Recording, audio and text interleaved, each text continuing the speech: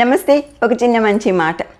పిల్లలు తెలిసి చేసినా తెలియక చేసిన తప్పు గనక చేస్తే తల్లిదండ్రులు తప్పకుండా వాళ్ళని దండిస్తారు, శిక్షిస్తారు, వాళ్ళని క్రమ పద్ధతిలో పెట్టడానికి ట్రై చేస్తూ ఉంటారు.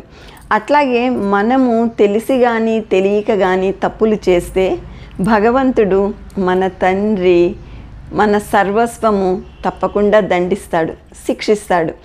ఈ శిక్ష ఏ రూపంలో ఉంటుందంటే బాధలు, కష్టాలు, నష్టాలు, అనారోగ్యము ఈ రకంగా ఉంటుంది. కానీ మనకి ఇది అర్థం కాదు. ఎందుకు మనం ఇంత మంచిగా ఉన్నా కూడా భగవంతుడు మనని రక్షించట్లేదు, ఈ రకంగా శిక్షిస్తున్నాడు అనుకుంటూ ఉంటాము. కానీ యాక్చువల్గా జరిగేదేంటి?